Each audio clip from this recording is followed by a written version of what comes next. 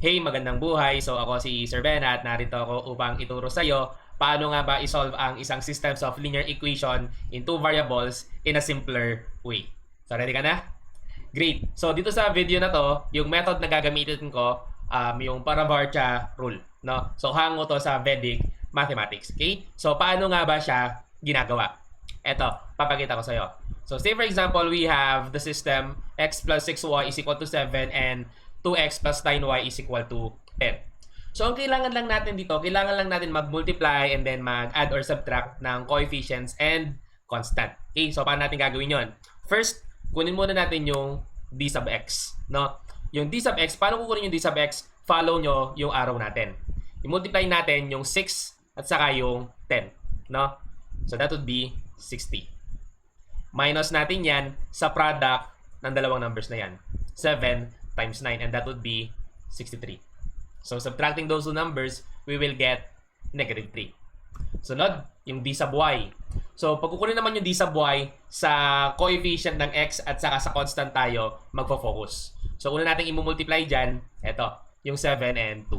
So in that case, that would be 14. Minus natin yan doon sa product ng coefficient ng x at saka yung constant na to. So multiply natin sila, that would be 10. 14 minus 10, syempre that is 4. Yung last na kukunin natin, yung value ng d.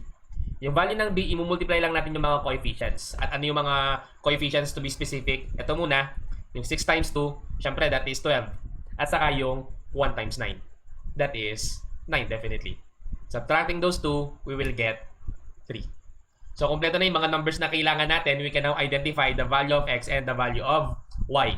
So, value ng x, that would be d sub x over d. So, yung d sub x, syempre that is negative 3. Yung d naman, that is 3. Simplifying that one, that is negative 1. So, meron ka ng value ng x. Yung value ng y naman, syempre, that would be d sub y over d. So, d sub y, that is 4. And yung d natin is 3. So, in that case, that would be 4 over 3. Therefore, yung sagot natin is negative 1, x is negative 1, and y is 4 over 3. So, pwede nyo tingnan yan by graphing. So, ginraph ko na siya at tama yung sagot natin. So, negative 1 and 1.333, and that is 4 over 3. Okay? Let's have another example. So, we have the system. Ayan. Hirapan natin ng konti. Gawin natin siyang fraction. X minus 2/3 y is equal to 1 at saka 3/2 x plus y is equal to negative 1. Same process as the first example. Kunin natin yung d sub x, d sub y, at saka yung d. So d sub x, sa coefficient ng y at saka sa constant tayo magfo-focus. So d sub x, eto muna yung mga i-multiply natin, yung negative 2/3 at saka yung negative 1. So syempre, 2/3 lang yan.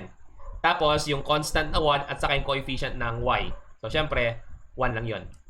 So subtracting those two, that would be, tama ka, negative 1/3. Sunod, d sub y. Yung d sub y natin sa coefficient ng x at saka sa constant tayo magfo-focus. Una natin i-multiply yung 1 at saka yung 3/2. Siyempre, 3/2 lang yan. Minus dun sa coefficient ng x at saka sa constant na negative 1. So that is negative 1. So minus negative 1. So operating that one, 3/2 minus negative 1, definitely that would be 5/2. Next, yung last na kukunin natin, yung value ng d. Yung value ng d, doon lang tayo sa coefficient sa magpo-focus. Una natin i-multiply yung coefficient ng y, which is yung negative 2/3, at saka yung coefficient ng x, which is 3/2. So, multiplying those two, that would be negative 1. And yung coefficient ng x, eto. At saka yung coefficient ng y, which is 1. So, that is 1 times 1. So, minus 1 ang tayo dyan. The answer would be negative 2. So, again, yung value ng x, that is d sub x over d. So, yung d sub x natin, that is negative 1/3. Yung d naman natin, that is negative 2. Simplifying that one, syempre, complex fraction. So, parang nagdi-divide lang tayo ng fractions dyan. Negative 1/3 divided by negative 2 over 1, which is the same as negative 1/3 times negative 1/2, which will give us 1 over 6. While yung y natin, that is d sub y over d. So, yung d sub y natin, that is 5/2. Yung d natin is negative 2.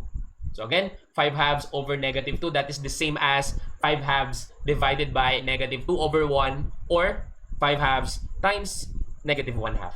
So the answer would be negative 5/4. So, pwede nyo i-check ko para ma-assure nyo na tama yung sagot natin by graphing. So, ginamit ko yung Desmos. Ayan siya.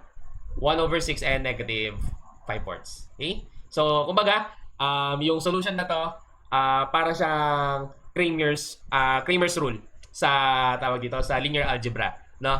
Pero without introducing the concept of determinants. Okay? So napakadali, napakasimple kung makikita nyo, no? Nagmo-multiply lang tayo, nagma-minus or nag-add tapos nagdi-divide. Hindi na natin kailangan gawin na kung mag-graph tayo manually, medyo mahirap. Kung magsa-substitution man tayo or elimination, I think it's somehow more difficult, more complicated compared to this one. Okay? So, sana na-appreciate, sana nakita kung gaano kadali yung pagsosolve ng systems of linear equation kahit na may fraction pa yan using this method na galing sa Vetting Math. Okay? So, with that, maraming salamat sa pakikinig and magandang buhay!